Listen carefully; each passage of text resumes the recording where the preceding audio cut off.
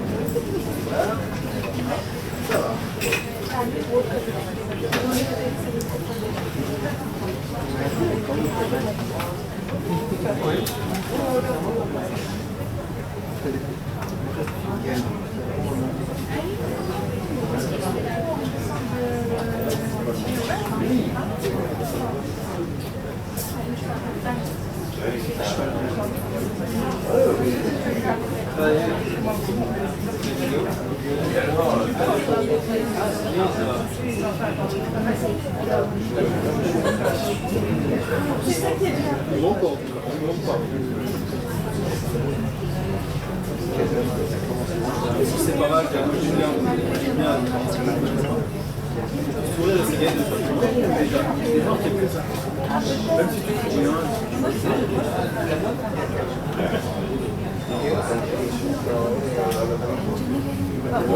mal aimé. Je sais pas, non, je peux pas.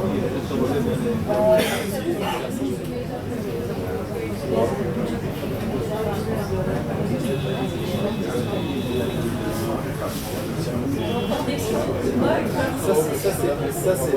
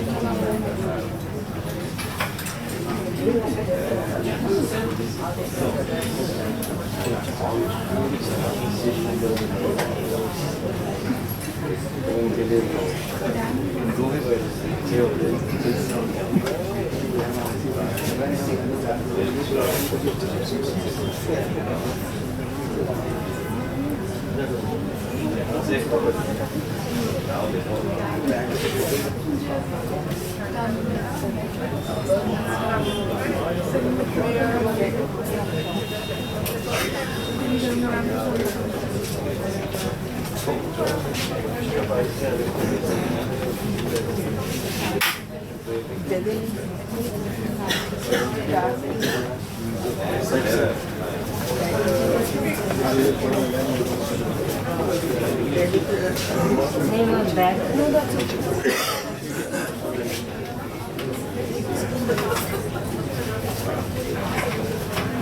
Hello. How are you? Yes. When? How's mom?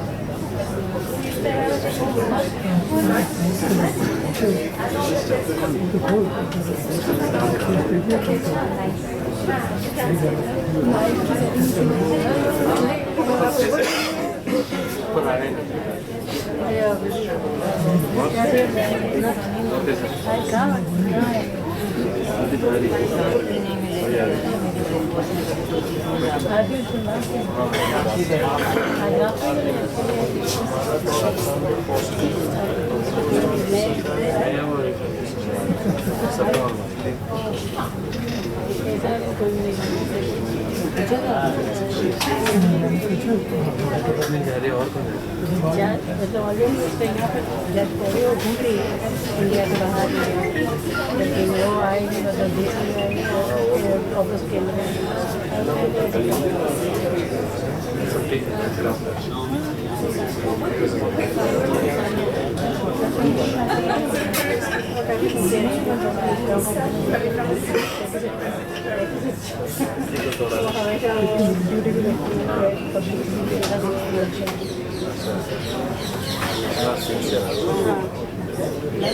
Lunch time कैसे करें?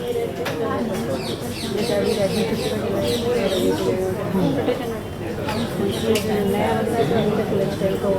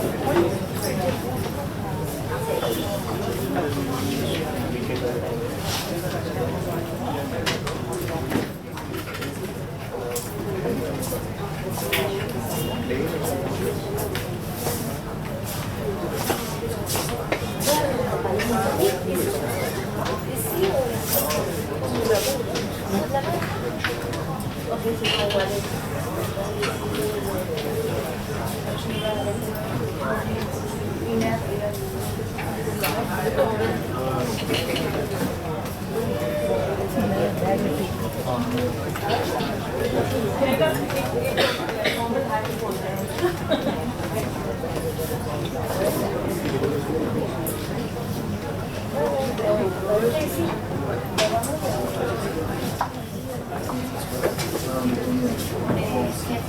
you hear me? Love to see in the front row. We love people in the front row. I love all the people. I especially love all the people in the front row.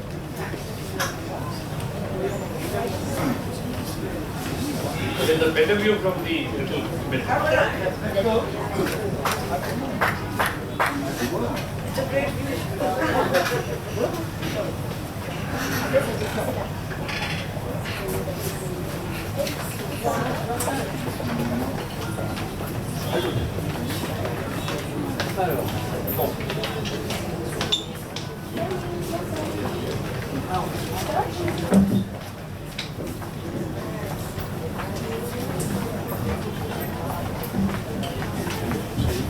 Mesdames et messieurs, bonsoir et bienvenue à l'Alliance française de Delhi for the 32nd Writers Etc. organized by the Alliance française de Delhi and the French Embassy in India. I'm waiting for the French Embassy in India to join us. Down.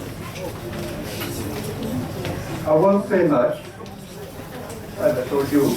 I won't introduce you because you will talk together and give us all the information that we need. Just wanted to thank you both for this 32nd session of Writers, etc. Thank you, Lady Kishwar Desai and Madame Namita Gokhale. Thank you very much.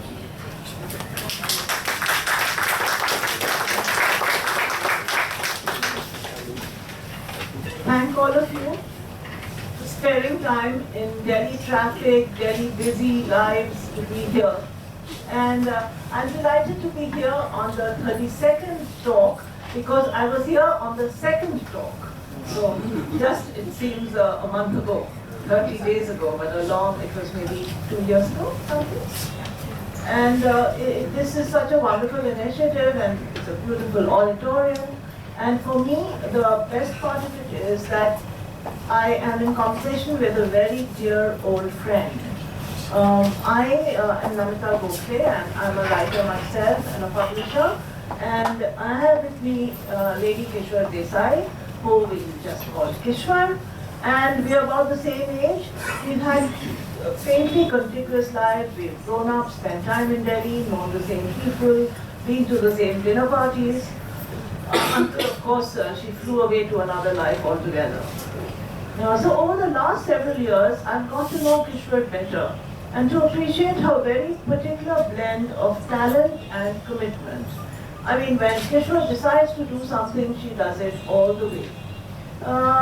She's had a varied career, including being a TV anchor and producer for over 20 years. She's worked with NDTV, TV Today and Doordarshan, and she's also been Vice President Zee Telefilms a lifetime ago. So now, Kishwar, you've written plays, you've scripted documentaries, you've had 4 books out in the last 8 years, 4 successful books.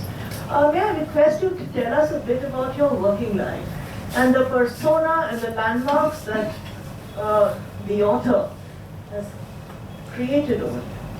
Well, I think, hello everybody, and thank you so much for being here, and a special hello to my parents who are sitting out there. And it's a very, as I said, it's a very long story which you guys don't want to hear how I became an author.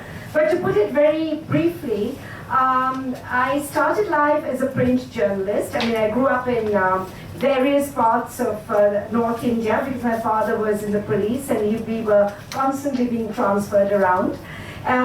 So I changed something like 10 or 11 schools, I can't remember. But it was good fun because I think it ultimately makes you, as we say in India, a very adjustable person. You know, you can adjust anywhere, and that's what I see myself as. So I started with print journalism, but discovered that actually the visual medium was something which had always attracted me hugely. I always had this dream of one day making a film, and but when you're all of 20 and perhaps you've grown up mostly in Jalandhar, and you have a very different view of what making cinema is all about. And so ultimately, I took what could be considered the more conservative option of going in for television. But I was lucky that I got a job with NDTV, which was one of my, the first places I worked in. I was also very lucky that, the progression was pretty quick. I was able to do a lot of stuff, even became an anchor and ran a television channel, set up a television. I did all sorts of exciting things.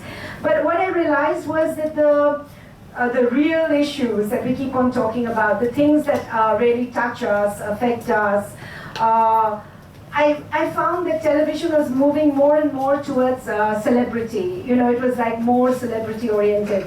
And that's what people were looking for. They were looking for those 2-minute sound bites from everybody, like, okay, so, okay, there's a problem, there is, a drought somewhere, so what does so-and-so, what does, maybe Shah Rukh Khan, what does Shah Rukh Khan think about it? Or, it was at times as silly as that. So, it was becoming a little too difficult for me to deal with that sort of thing. And I thought maybe writing could be a way in which I could express what I really felt about certain issues.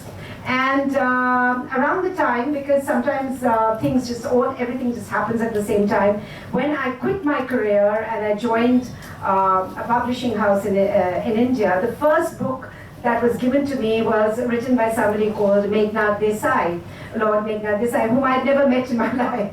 And I thought, okay, this is very nice. He's a very, seems like a very good author. It was a book on Dilip Kumar. And by the end of the year, we had met each other, and somewhere along the line, I think my now husband decided that we were going to get married and we were going to write a book on, which is how he wooed me actually, was with a number of books that we were going to write together and we were going to publish together, and so that we could just keep the conversation going somehow. And that was an interesting way to be wooed, as it were. And so one of the books we discussed was a book on Nargis, because my husband is a fan of the 50s cinema, the cinema of the 50s and 40s, and he just felt that is something which needs to be explored more. And his own book, which is on Dilip Kumar, as you know, also covered some of that ground. So we started talking to Sunil Dutt. And what was very nice for us was how receptive Sunil Dutt was to the idea.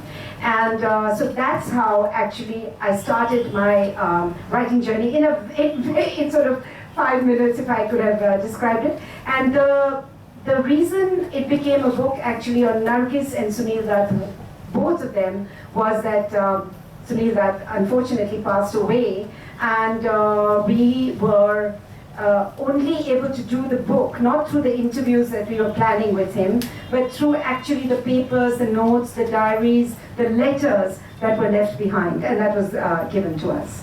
So that's how I became an author. Okay. It's a good way to become an author. It has like a Bollywood romance, sab kuch hai, emotion, jaswati, romance. It had songs also, because Meghnad would, at the drop of her hat, start singing, in order to lend more credibility to the fact that he knew so much about Indian cinema. So indeed, to begin with Nargis and Sunil Dutt, what went into the making of the book? Because Darlingji, the true love story of Nargis and Sunil Dutt, which was, I think, published in 2007, was described, not the book, but the story as well, was described as the greatest love story ever produced in Bollywood. Yeah. And so tell us a little about the book, and maybe read a paragraph or a passage from it, so that the audience can get a sense of this very well-researched book, which brings alive not only the personalities, it's not only a biography, but it's also not a critique, but an inside look at the deeper workings of Indian cinema, which by then, it wasn't Bollywood then, of course, it was still. I think, I started with this rather sort of straightforward vision that I was going to write a book, as I said, on Nargis, and then it became a book on Nargis and Sunil Dutt, because, in a way, we were also very fortunate that we had access to these letters and diaries which they had left behind, which actually nobody had ever looked at. But it was a very difficult book to write because a lot of the things which were written by them, nobody seemed to know about, because they were both actually, despite the very public persona, very, very private individuals. So it was really, I think my later books, which contain a detective, I think I became a little bit of a detective myself during that journey, because there were things they would refer to, which when I would check with the family, no one had any idea. But what I decided to do was, then, I did extensive research in the Pune archives, tried to get hold of everything I could, went back, started with not just Nargis, but with her mother, who was a very well-established producer, screenplay writer, director, actor, in her own right, Jadan Bai, and then went further back to her grandmother, Delipa. And similarly with Sunil Dutt, I decided to go back a few generations, because what was very fascinating for me was that the two of them came from two completely separate ends of India.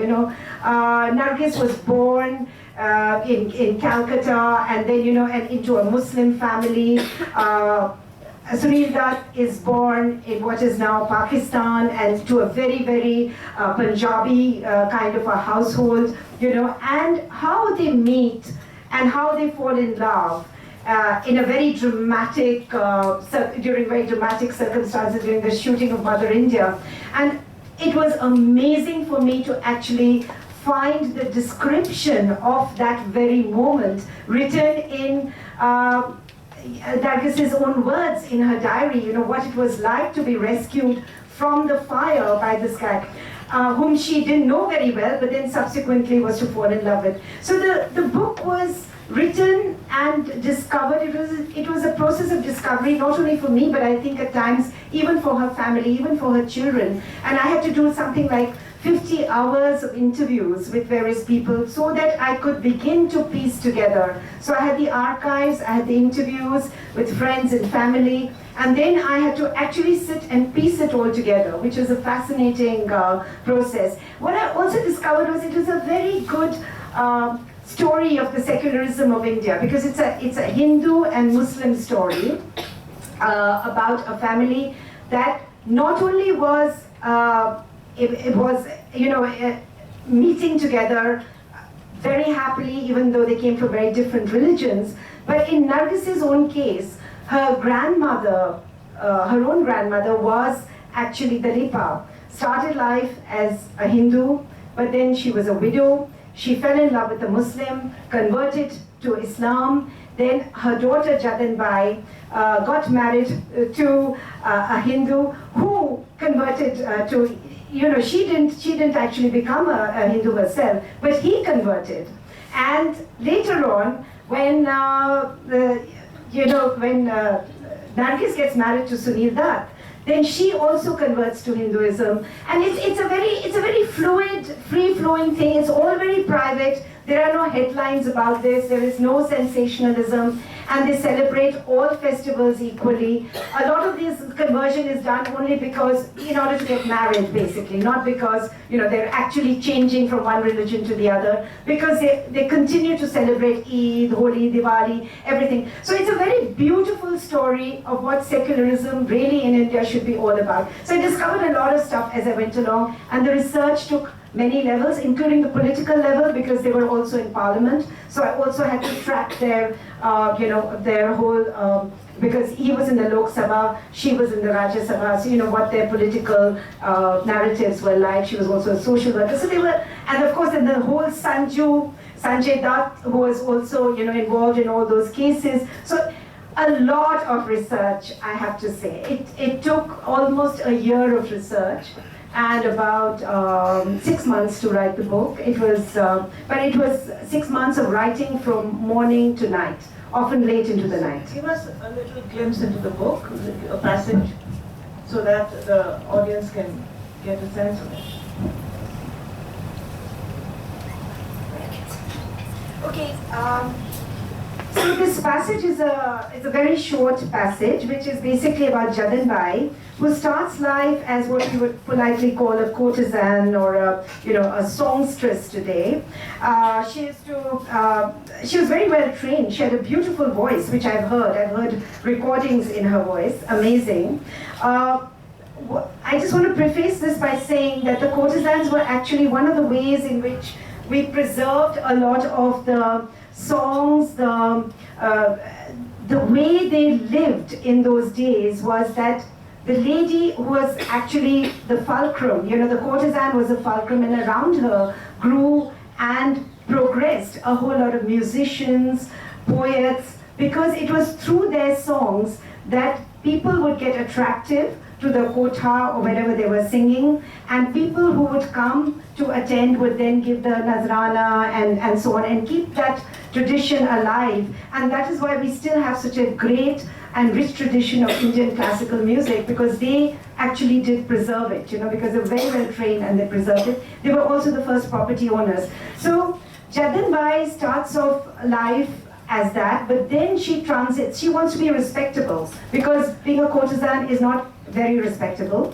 So she then moves to Bombay, and actually through Lahore and so on, but she becomes an actress and a producer and so on. So when she comes to Bombay, she actually manages to live on Marine Drive, which was obviously even then, quite a sophisticated area to live in, and became quite a matriarch in the Indian film industry. A lot of people, again, the very thing she did while she was a songstress, the way she kind of supported so many people who were poets and musicians and so on, in the very same way she began to support a lot of people in the film industry. So this is a description about her home. Their lifestyle was not grand, but it was certainly a life of plenty. Apart from her mother, her 3 children and her husband, this is Jadanbai we're talking about, the house often overflowed with relatives. Chateau Marine, the building she would finally move into, and where her grandchildren and great-grandchildren still live, is a 5-story Art Deco style structure on the sea face of Bombay. The flats are large and spacious. She rented the ground floor apartment. All the rooms in her time were usually full, and if relatives arrived, charpoys would be placed in the corridor for the newcomers to sleep. Her kitchen staff readily provided hot meals to all visitors, and the popular image of Jadanbai was of a generous, though often foul-mouthed soul. No one minded her colorful language. It was part of her changed persona. From a sylph-like singer to a stout woman of the world, a film producer and entrepreneur. The ability to pepper her conversation with language not normally heard in the drawing rooms of dowagers was a trait she shared with her mother and also passed on to her daughter. The world that Jadanbai created in Chateau Marine was totally different from her own childhood in the village of Chilpila. But it was what she had dreamt of, and it gave her the opportunity to sit amidst high society as an equal. Fortunately, as Bombay was still evolving, cinema offered an entry point to a wide variety of people who came with nothing but would become millionaires. In her home, it was, very often you could find people like Mehboob. In the early days, she was the one who Dilip Kumar would go to, to spend an evening. And there were soirees that she continued to hold. So a lot of our traditional musicians and classical musicians also got a lot of succor from her. She supported them in those years. And that's where I think Nargis learned a lot. But she was determined that her daughter would not learn how to sing. That was how she made the break with her past.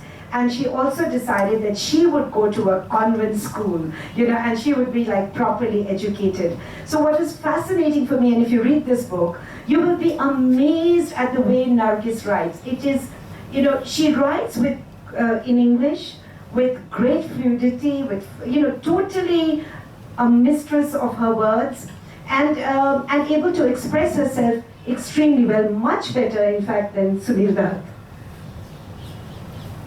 In fact, this book is really about the transmission of popular culture and of some high classical art as well, in ways that are so unexpected and organic, really. I would like to ask Kishwar about another book I know she's doing. Some of us are superstitious about talking about books we are writing about, but I know that you are writing a book on Devika Rani, again about the film industry. Give us a little peek into that slightly different view of the film industry. Just a peek. Yeah, I don't want to talk about that book too much. I only just say that's a very different story because Devika was extremely well educated. She's, comes from the Tagore family, etc., etc. But I think it's going to be a book which a lot of people will be quite, I would say there are things in it which will shock you, which is again what I discovered when I did my book on, when I did Darling Ji, which was about Nargis and Sunil Dutt. I discovered a lot of things which completely shocked me. Like, for example, how Nargis was almost on the verge of committing suicide, when she almost allowed herself to burn in that fire, how she used to cut herself and things like that, which is a problem we face today. But you know that the pressures on the girls those days who were like, the golden goose really for their families, who used to be earning for them. The pressures were so high, they were regularly beaten up by their families. So it was not a happy life, but that was a life none of us as cinema viewers knew about. So I'm discovering a lot about Devika Rani, which I don't want to talk about, but I think all of you, read the book when it comes out. We look forward to that. Now, as a publisher, as a writer, as somebody who's deeply into so many literature festivals, I encounter many, many writers of different languages, different nations, and when you Wikipedia them, when you read them, it's fascinating to try to understand the trajectories that lead them from one place to another. Here we have somebody who jumps out of the media circus, writes a very credible book on films, and a biography, a very painstakingly researched biography. And what does she do next? She becomes a crime writer. We know that her dad was in the police, but that's not enough of a reason. So, did you plan to become a crime writer? Were you always drawn to detective fiction? Because your first novel, Witness the Night, which was published in 2010, it featured a spunky, whiskey-swigging, chain-smoking social worker from Delhi, Simran Singh. And the book went on to win the prestigious Costa First Novel Award. It's being shortlisted for more awards. And Simran Singh has taken on a life of her own.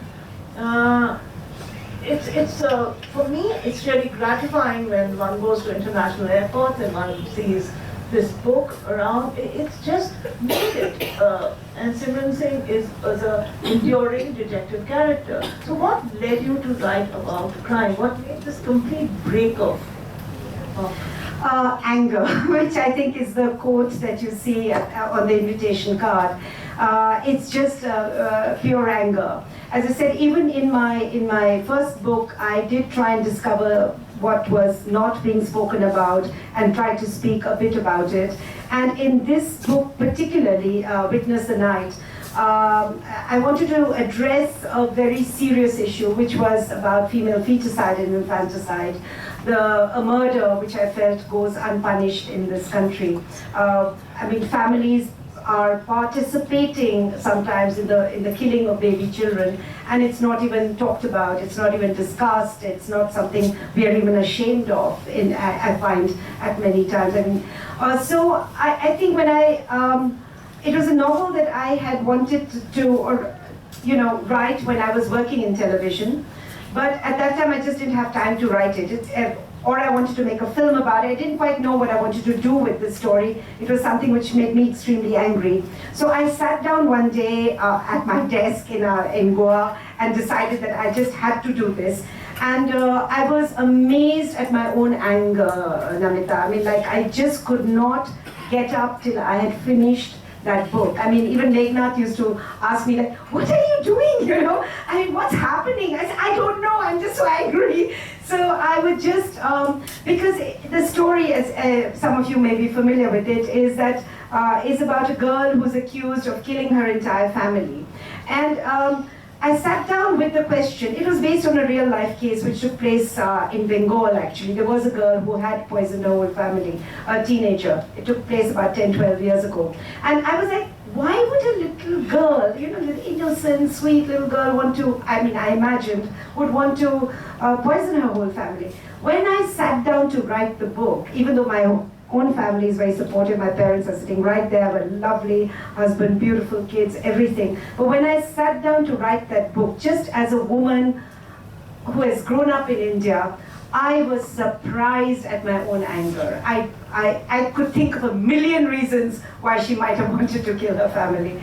And you know, and basically at the heart of it is this, the whole business of female feticide and infanticide, through which, as you know, now we have a terrible gender imbalance in this country, and I do believe that a lot of the gang rapes which are taking place, a lot of the things which are happening today in this country can be, you know, it's part of that whole discrimination that takes place against women. So the book was written with that angle. Yes, but when did the book, that single book, when did it become part of a series where other aspects of social anger, you know, it says somewhere in the citation for your Costa Award prize, it said, Kishwar Desai pulls off a remarkable trick, transplanting a country house murder to modern day India in a book that's not afraid to tackle serious themes. So tell us about how these social concerns and very highly topical issues came into these books, and how the character formed of Simran Singh, how she grew. Because I know that one of the books, the subsequent books, was about surrogacy, one was about rape, all very topical subjects. And yet, parallel to these stories of anger, you have the story of a very disarming Simran Singh. So tell us about both the themes and the detective. Yeah. Well, basically the reason why it became, actually I didn't even know I'd written a crime novel, to be quite honest. I mean, I know the you know, what goes into a crime novel, but you know, I had thought this is just a novel and people will not even bother to read it, because when I wrote it, I had no hope that it would even get published, because it was the issues that it dealt with were so serious. And but surprisingly for me, the moment I sent the first chapters, actually it wasn't even a full book, to HarperCollins, my publisher in India at that time, she immediately sent it off for the Man Asian Literary Prize and all sorts of things.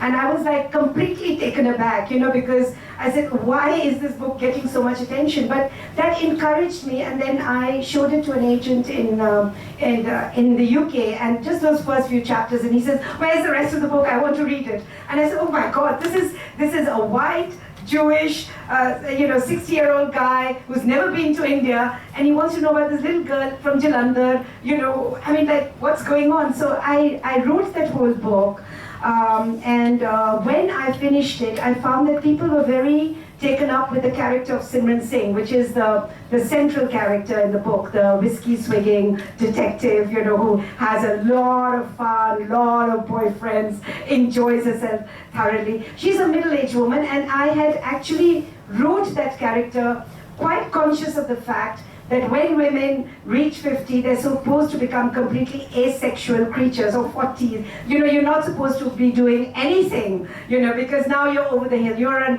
auntie. You're gone. You know, that kind of thing. So I thought, let me have a 45-year-old who has a full life, and it does not matter to her that she's a, you know, she's a single woman, she's having a ball, but she has a heart, and she wants to make a difference.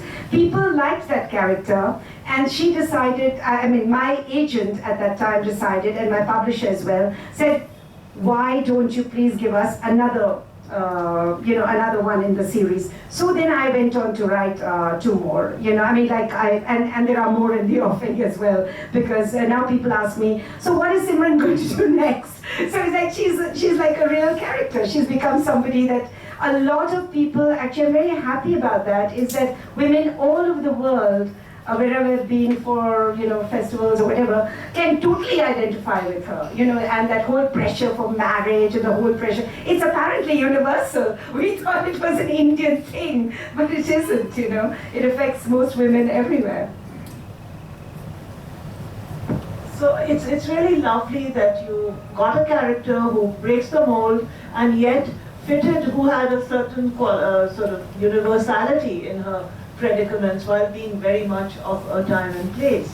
Now, I think it would be nice if you could give us a little bit of a taste of your book, and of which we are talking about, and maybe followed by a reading.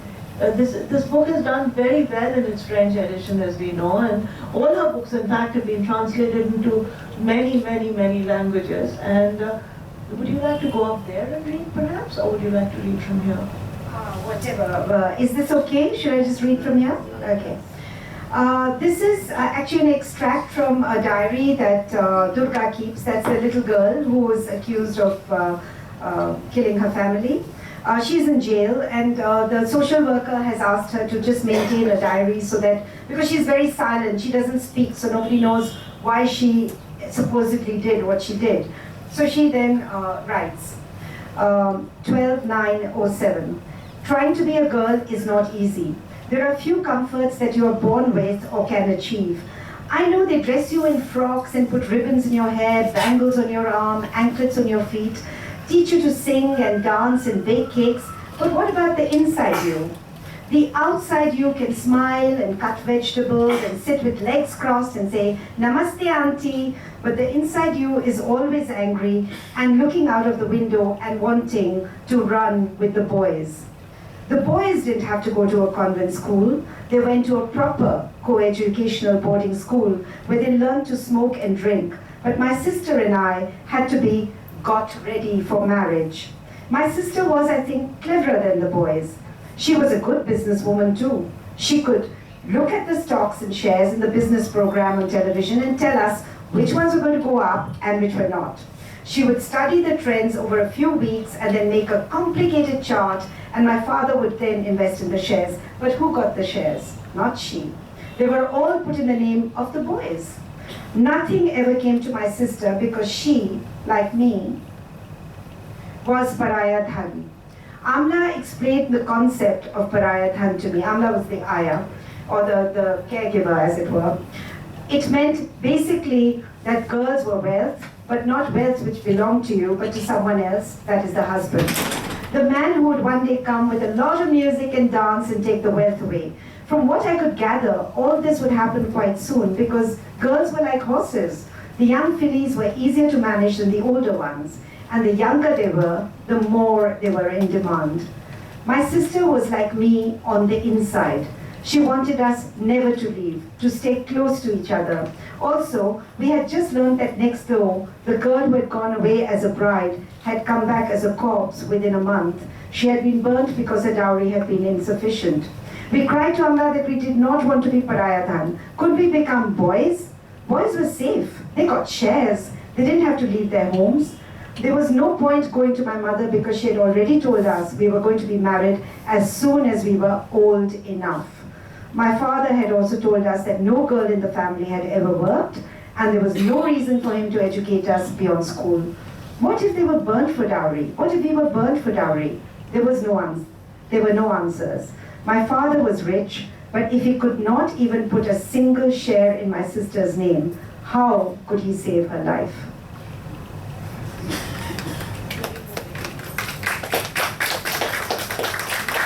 As you said, Namita, this book has been shortlisted for the French prestigious 2014 Grand Prix de la littérature policière.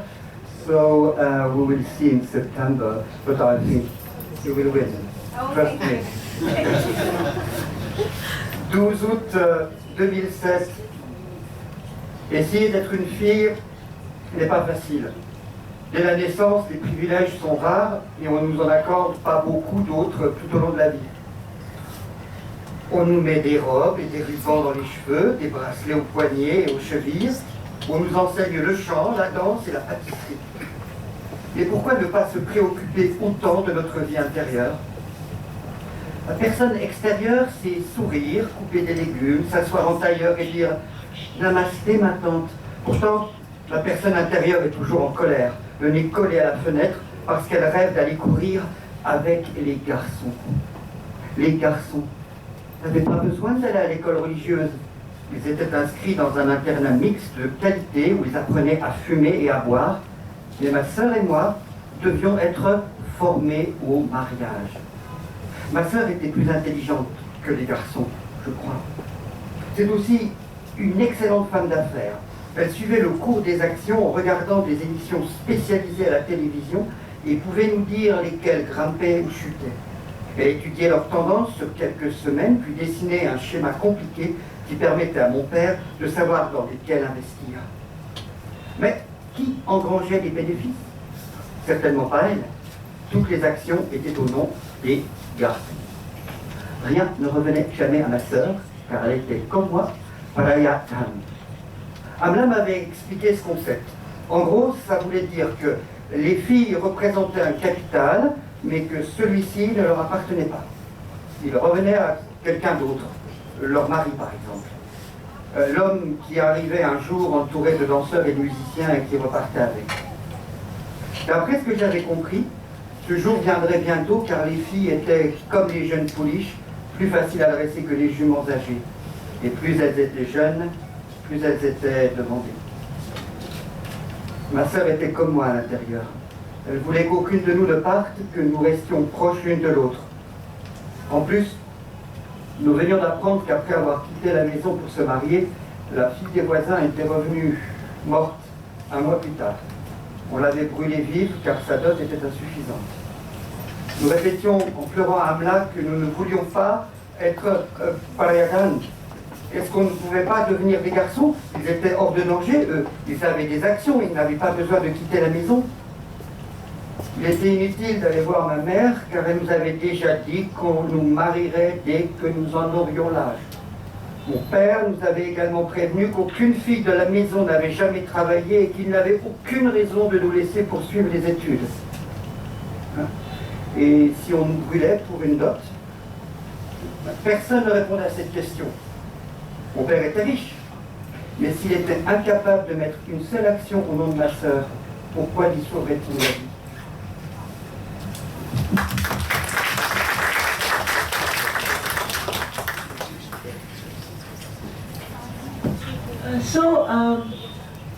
With the texture of the book still very fresh in our minds, I thought I'll open up for just one or two questions, and then I have several more questions for Kishwar. But rather than just opening it and I could ask some questions, you would ask some questions. It might be a nice way to do it. So if there are any questions from the audience, or you can think about them, and I can ask one, and we can take some later. Is there any? Yeah. Your book which has Goa. Just hold on. We'll take the mic and give us your name also, and then ask us. It makes us feel better. I am R.D. I have a book which you have just mentioned, which is on Nargis and Sunil Dutt. I think it is the best biography that I have read. It wasn't known to me that Nargis had converted herself to Hinduism. This fact is not known to anyone, though you have mentioned that it was only for convenience. The thing which I want to tell you is your book on Goa. While I was reading through the pages, I didn't get the feeling of Goa as I know it. A beautiful state with all lot of greenery and the seashore and the golden sands. All those things were missing in the book. I feel it would have been much better if you had taken the reader and made him feel about the beauty around the place, because I didn't get that feeling. So far, the pertinent thing that I would like you to answer is, I heard that Nargis was initially offered the role in Baiju Babra, which she refused because she was busy, and which later on went to Meena Kumari, for which she won the Best Actress Award. Is it true?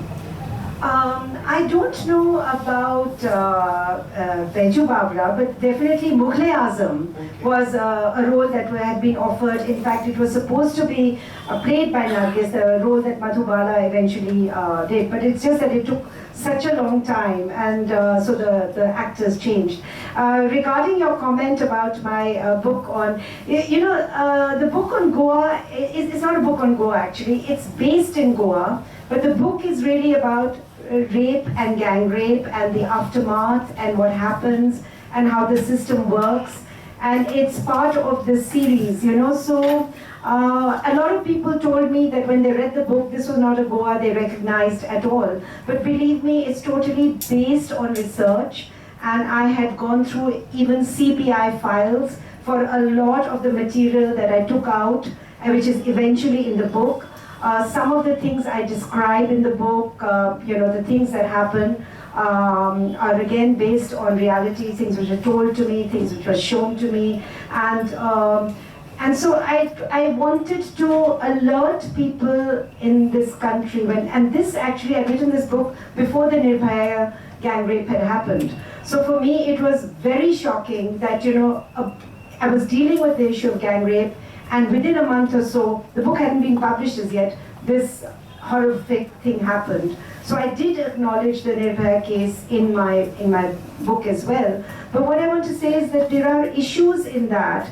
It was not meant to give you this pleasant journey of Goa, no. I wanted you to experience the darkness which lies the heart of many things which go on in India. It could have been Goa, it could have been Delhi, it could have been anywhere else. So that was actually for me quite irrelevant. Can I add a little bit here? I read and appreciated this book, and I'm just coming back. I was in Goa for a long time last month, and I appreciated Goa all the more for her book, because she moved beyond that picture postcard prettiness. And to be frank, even the picture postcard prettiness is getting less every day with the oil slicks.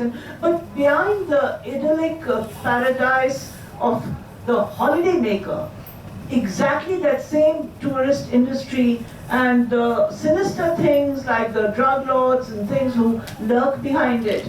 A lot of people I met in Goa this time, local people, they confirmed with their stories the kind of stories that. So I think what you didn't like about it is possibly one of the best things about the book, if I could have the presumption to say that. And there's another question waiting here, I think. Yeah. My name is Arun Birmani. I am an architect. Hello, Kishwar Desai. I have some personal experience of meeting Sunil Dutt ji and Nargis, or not meeting them. Not going to talk about it. But what I want to floor you with is, there was Ajanta Arts Film Studio foundation stone laid in June 1969. Not much was heard about that later. Can you enlighten us about that? June 69. The problem is that a lot of these things did happen. I have actually pictures which I didn't use in my book of the laying of that stone, which is I think somewhere in Haryana or some. Yeah. Ghaziabad. Ghaziabad. Yeah. Somewhere. That's what I'm saying.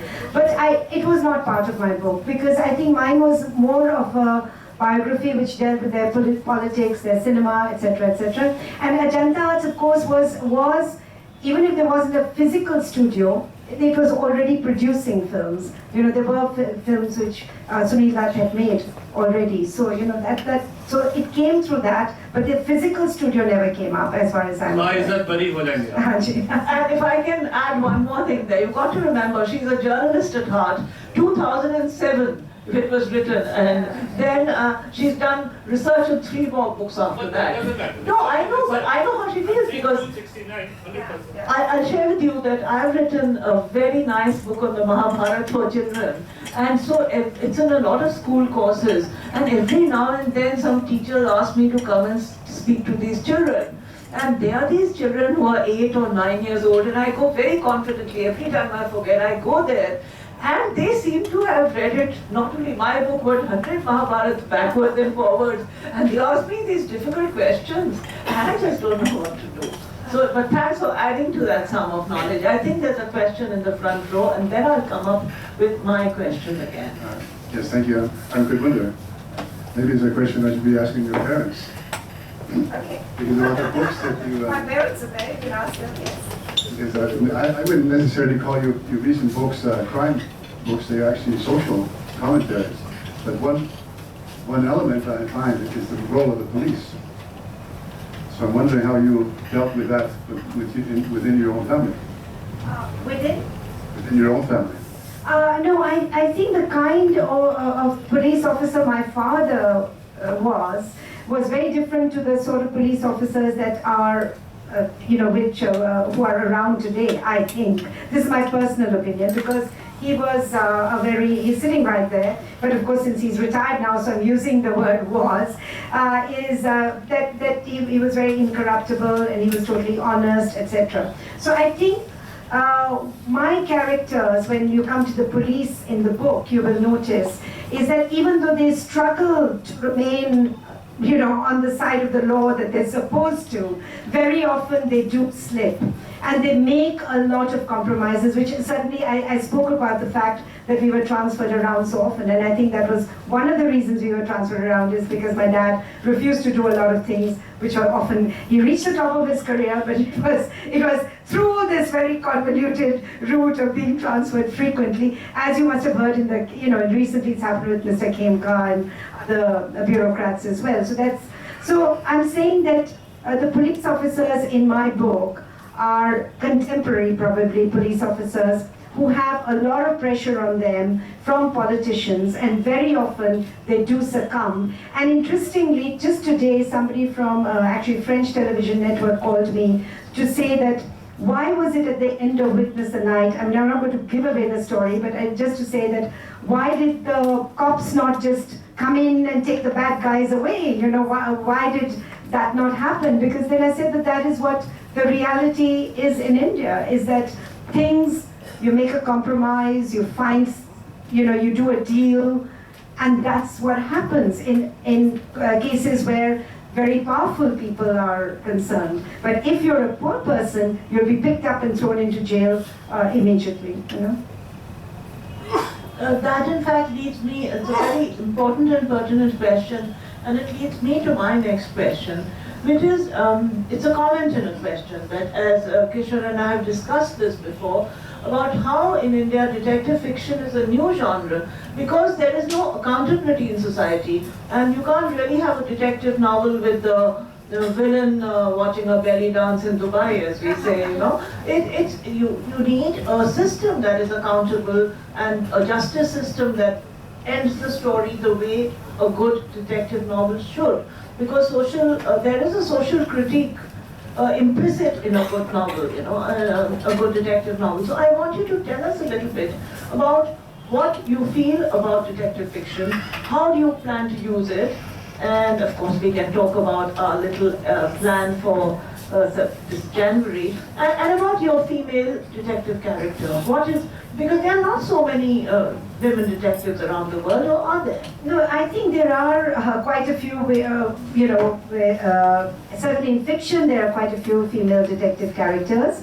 And as you know, there's been an explosion of detective fiction all over the world, which of course is a subject, I think, by itself. But what I want to also say is that as far as I'm concerned, I do feel that accountability, justice, and these issues are very important. And the reason I'm writing the books as crime novels is because I do want to be able to focus on the social issues and also look beneath and see what are the things that we are all trying to hide. And I think it is through crime, it is through the violence that takes place behind closed doors, very often, that you really see the face of society. So I think these are the things which we need to talk about, but more importantly for me, it's the whole issue of gender.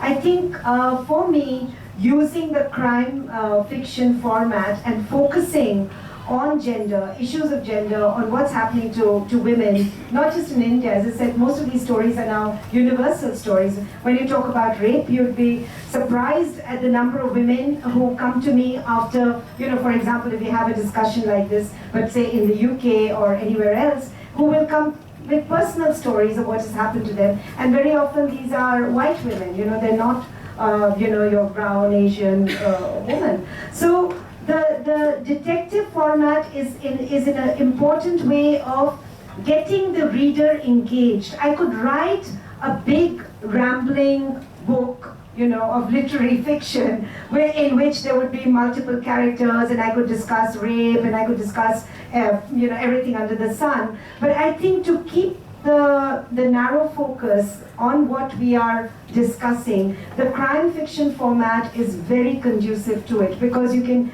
keep to that issue. You need to have a couple of, as my editor told me very early on, you need to have some more dead bodies in this, which I'm not, unfortunately, I'm not one of those writers who puts in too much violence in her books and, that kind of thing, because I'm more interested in the issues. So I think, as you mentioned, you may not call them crime novels, but some people have called them social thrillers or whatever. But basically they discuss issues, they can discuss contemporary India and how the world looks at contemporary India, and they also move between countries, like the one on surrogacy. It moved between India and the UK. So, and so did Sea of Innocence. In fact, the surrogacy book was picked up on a very important subject much before even the media did. I mean, you were ahead of your time with that book. And so how much has your journalistic background been of help in these books in terms of research or knowing the pulse of events, has it? Yeah, I think I will not speak for journalists today, because I think what truly shocks me is the kind of journalism which is going on today in India, especially television journalism. Even if we had to do a 2-minute story in the good old days, we had to sort of research it for almost 5 days before we actually were allowed to even go on air, and it was checked and cross-checked. Now is a journalism allegation and counter-allegation, which is totally like you can say so-and-so did this to me, and that sort of a thing happened. So I think the journalistic background, the kind of training I had, the kind of background we came from, is that you research and you research. Unfortunately, it's a bit of a trap, because sometimes the research never ends, I keep on finding new and exciting things, even about Devika Rani, for example. I've been researching this book for 6 years, but just the other day somebody told me something, and I said, oh my God, I have to go and find, and then I have to tell myself, no, stop it, otherwise this book will never get written, because there's always more and always more. So like a journalist does, you have to give yourself a deadline. So that for me is very important. That's how I wrote my first, second, third, fourth books. And for the fifth one also, now I'm just going to give myself a firm deadline, and I have to finish this, yeah. So we go back to the audience for questions. There's a hand here, if you can kindly give do give us your name, please, and a short question. Hello. My name is Asim Gupta. 6-7 days back I read in paper that these ranks are conferred by President of India. So never a retired has to be used, because these ranks will remain permanent. I don't know. Like for your father, you said he is retired. I said he's retired. Okay, so it's a permanent thing. Sorry, I should have addressed him as a 6-7 days back it came out in the paper. Thank you. Thank you for the correction. Thank you. Useful, Very useful. Thank you. Any other questions? My name is Henry. It seems that you have two kinds of drivers to write a book. You quoted first anger, and that's for the social kind of social crime book. And the other one is research. Which is the most powerful? You talk more about anger or feelings around it than the more, I would say, normal kind of. I think there are two kinds of anger. One is that, really what I said initially, which is about what is going on in society. And the other kind of anger is against hypocrisy, and the things you want to hide, and the things you don't want to talk about, and the things you don't want to face. And I think for me, even while I was a journalist, it was always the stories, a good story is something which has not been written about or talked about before. Otherwise, if you are just writing what everybody else is writing about, or following the trail, everybody's writing about, say, as you mentioned, okay, the President of India said X, Y, Z, and you're just writing that, then you're not really contributing anything further. And I think for me, the day I feel I'm just repeating what other people are writing. And I remember that Dylan Thomas thing, rage, rage against the dying of the light. Do not go tender into the good night, rage, rage against the dying of the light. And I think that was something which has always driven me, that, there is something more.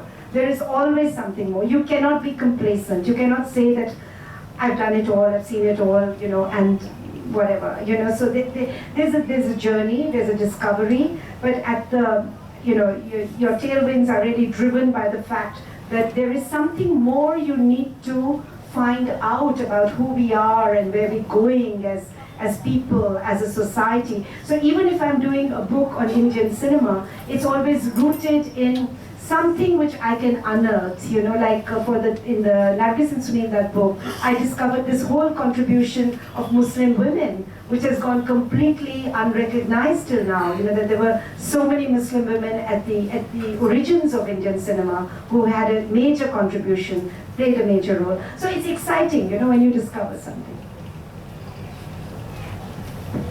We have time for 2 more questions, if there are any. And we've had some really wonderful questions, so if they've all dried up and we've asked you all the things, then I have 1 or 2 questions more, but and then we'll wind up. Yeah? So,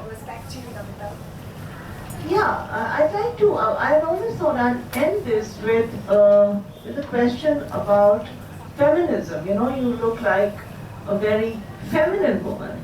You don't look like a very feminist woman. You're very pretty, you're very gentle, you're never aggressive, but somewhere inside that there's a core of belief in the strength of women. So I'd like to end this session today with a question to you about what you think, what is this core of feminism that I know shines through in your work, in all your books? How would you locate it? I think the core of feminism for all women who consider themselves feminists is that, everyone is equal. I mean, there is no one in between the sexes is superior. We are all the same. We can achieve the same things. We can all do the same stuff. And we can look like whoever we want to look like. We don't have to look like, whatever. So I think your identity is exactly what you want to make of it. And you can decide to be downtrodden, you can decide to be a victim. I think that is also, none of us have not had adversity in life. We've all had ups and downs, we've all had bad bosses, we've all had people we want to never want to see again, we've all had our hearts broken, we've all participated in things we firmly believe in and then been disillusioned by it.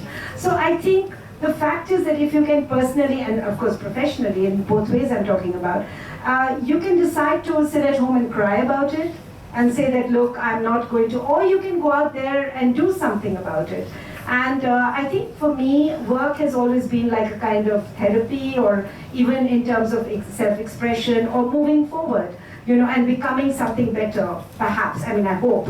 I don't know whether I have or I haven't, but certainly to become a better person than I was and to learn something. So I think feminism, I'm not very, very comfortable with the isms, with which I think every person as an individual should reach the culmination of their own abilities. They should reach that high point in their lives. Otherwise, why are you alive? You should constantly be exploring, constantly being better, constantly learning, constantly doing difficult things. I'd never written a book before, and I never thought I could write one. And when I wrote my first book, because I was by that time married to a professor whom, as everybody knows, is an intellectual and is a really, really learned person.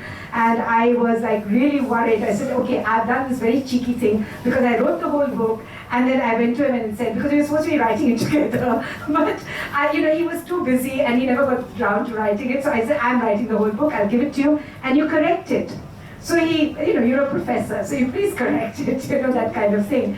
And he read it and he said, but why would I want to correct it? It's fine. I mean, this is the way it goes. So I'm saying that if you put yourself, I'm not saying I did a good job because it was like wonderful and all that. It wasn't easy, but I had to do it. I had to prove something to myself. So I think each one of us has that ability and each one of us does it. You've done it, Namita, in your way. I mean, everybody does it. You've battled so many things in your life. So, I think if you choose to be a victim, or you can, so if that's called feminism, I don't know. But what is it, maninism, or what is the male version of it, I don't know. But yeah. We hear you loud and clear.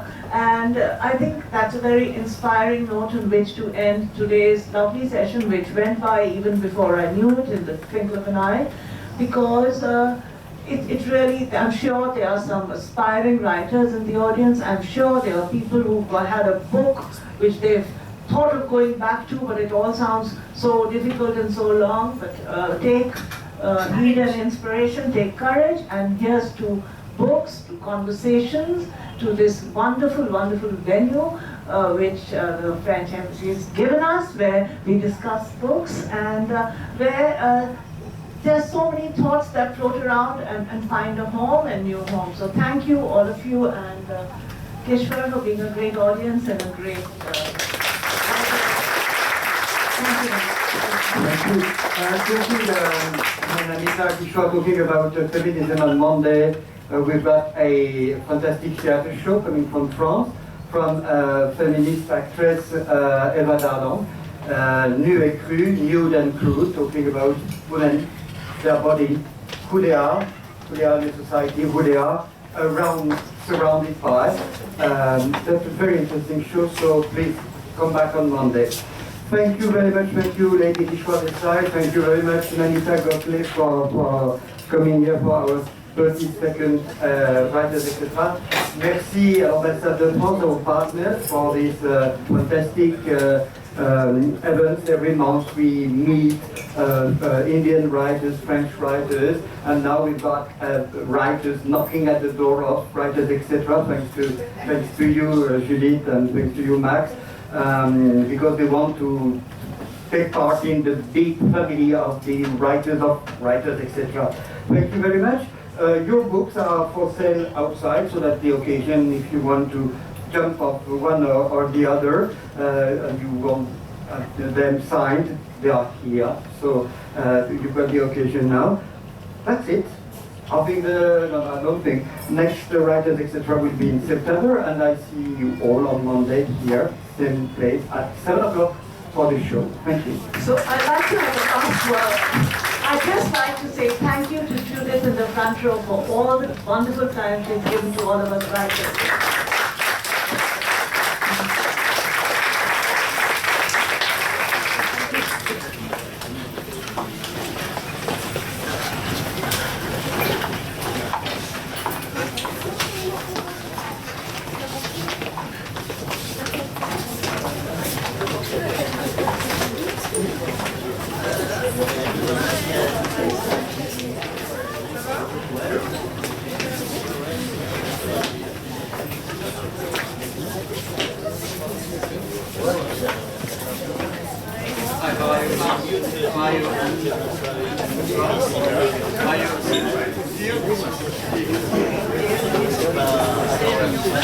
Ouais, c'est un petit retour chez moi.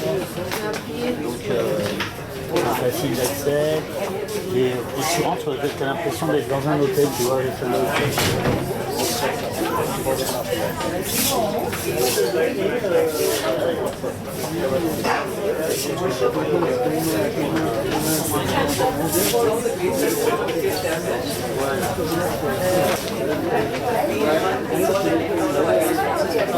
Yes.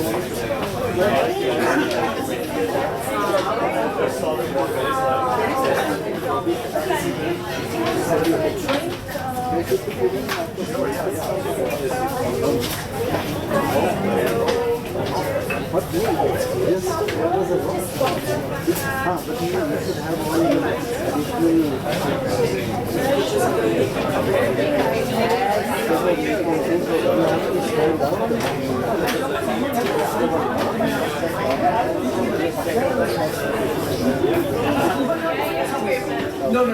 So, yes. I am against the social.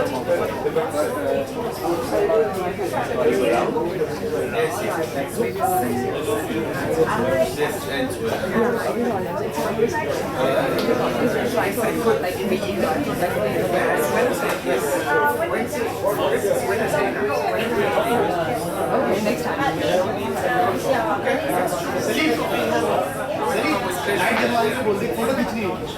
next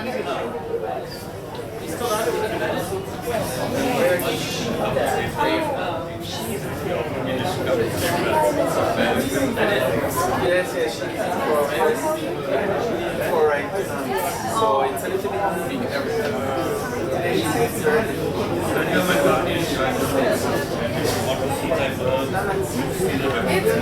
Yes, it's weird.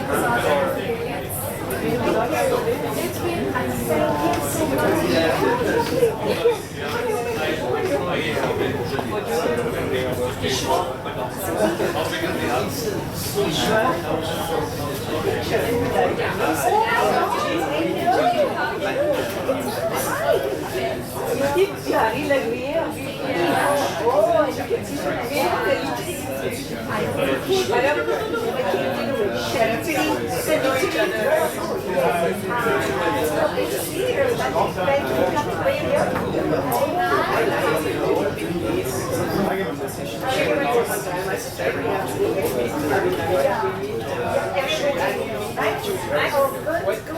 So we have to just get a picture and then yes, please. We will just do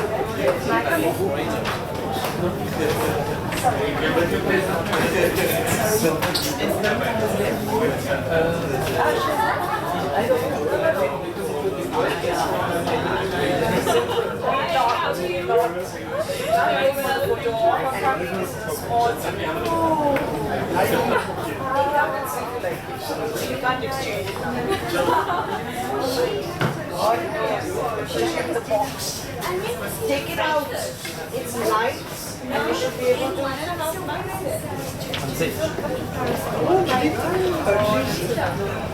That's perfect for the Judith. Yes, exactly. That's where we got this. Judith, the last one. The last one on the stage. The last one on the stage, please.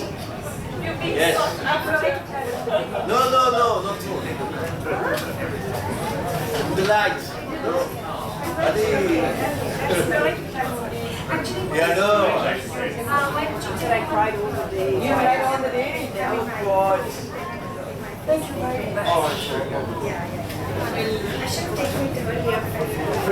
But are you running off right now? I just don't take a photo. No. Thing is not.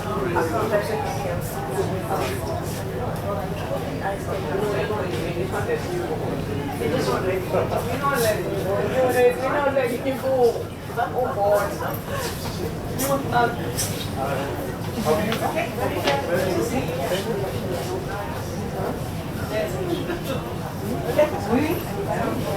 Thank you. Thank you.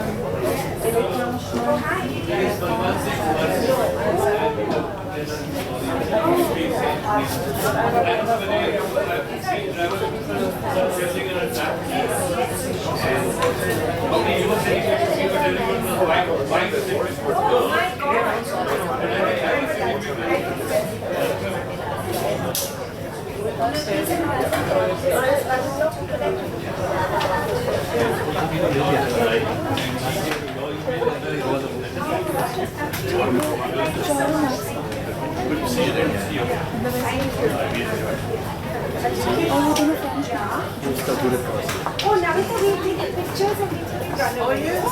Namita, let's do two or three pictures together. On stage. Est-ce que vous Monsieur Poupin, est-ce que vous pouvez leur demander de fasse des photos avec Namita? Yes, yeah, I know there's one picture. On the stage, please. Sorry, Yeah. Yes.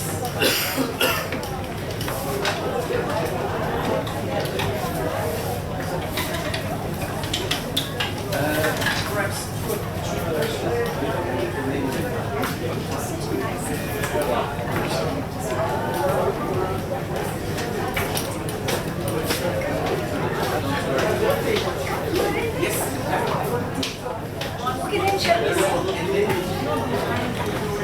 The two friends.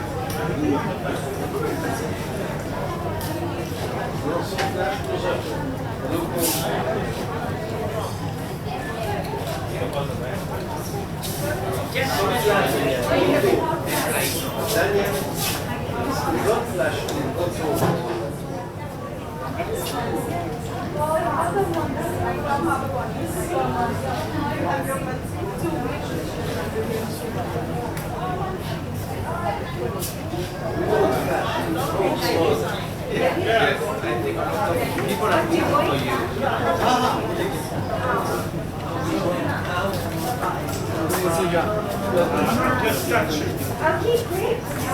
You have a pen.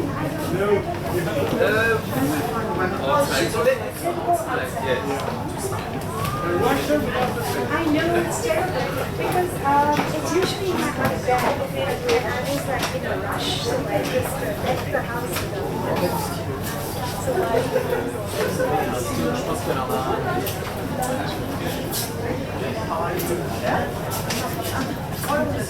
Petit signe.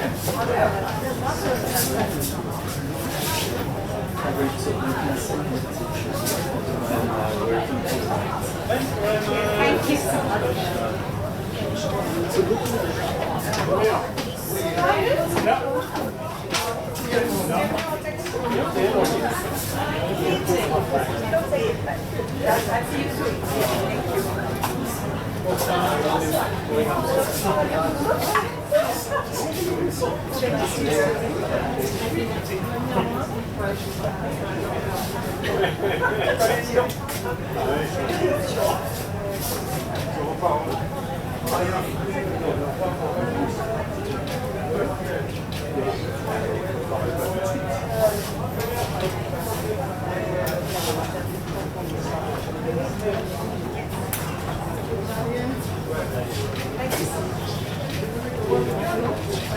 Simran, come. Winding up now.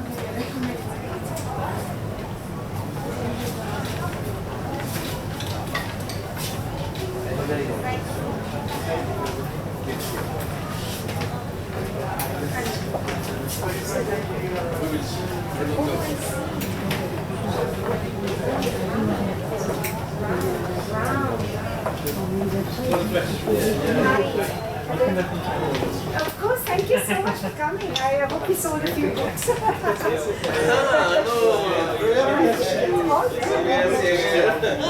you. I know we Defense only. Yes, really? No, Khan market. In Khan market, like 2-3 months back. I wasn't. He was just passing. No. Actually, so I hope you will. I thought I'll say hello to you. I was waiting outside. Thank you very much. See you soon again. Thank you for coming. See you. Voilà.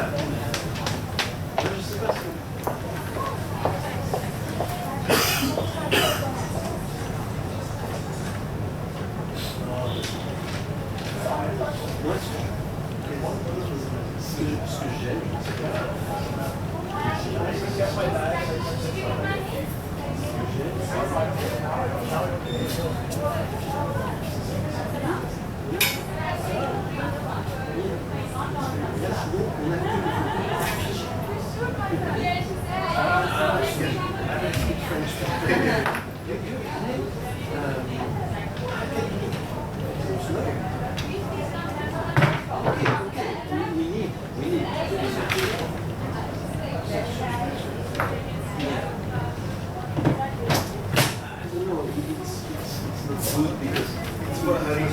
Yes. That's like I had to take photo. No. I'm not sure if I would do it. It's not technically, it's not so good. I think this one.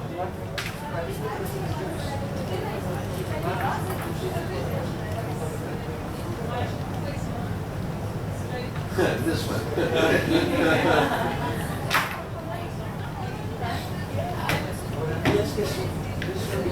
Yeah, because there's a glance. Yeah.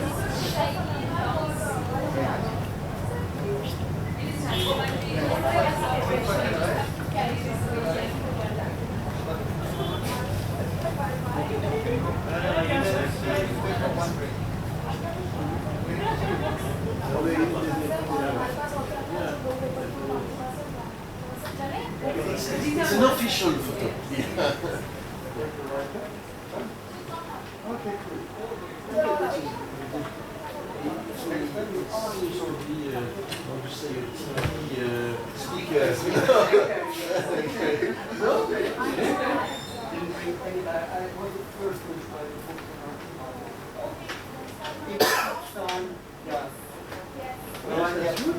Yes, yes. You know, sincerely, in the audience, when there's empty seats, this is yeah, this is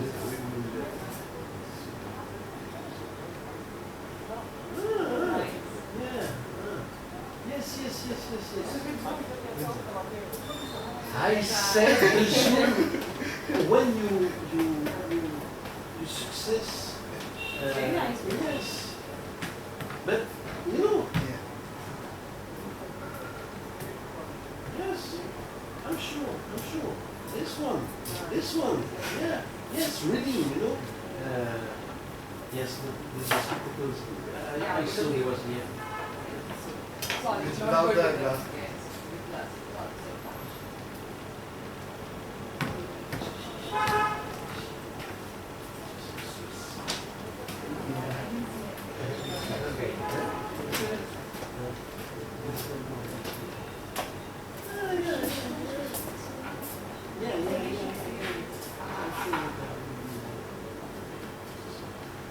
Yeah, that's nice. Yes, that's good. Okay. No, because I was very scared you couldn't The point yes, before the eye. yes. Yeah. That's why I did so many photos without. That's why I think that on the other side, the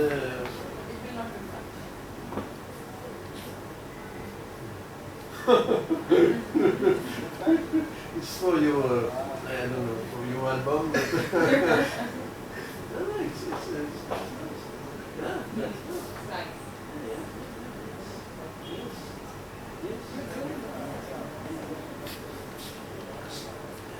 The quality of the lens, yes, can take all the light, even if the light is, low, yeah.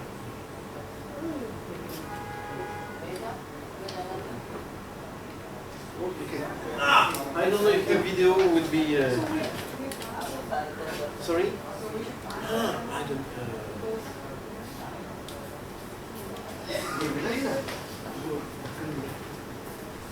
My God.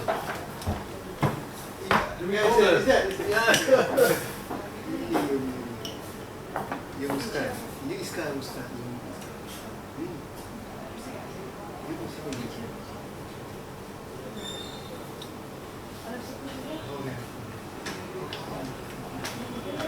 Video नहीं है ये नहीं है। मानसी ये camera नहीं है। हैं? Camera. कहाँ? ये इसके पास होगा। तो ये ले लो।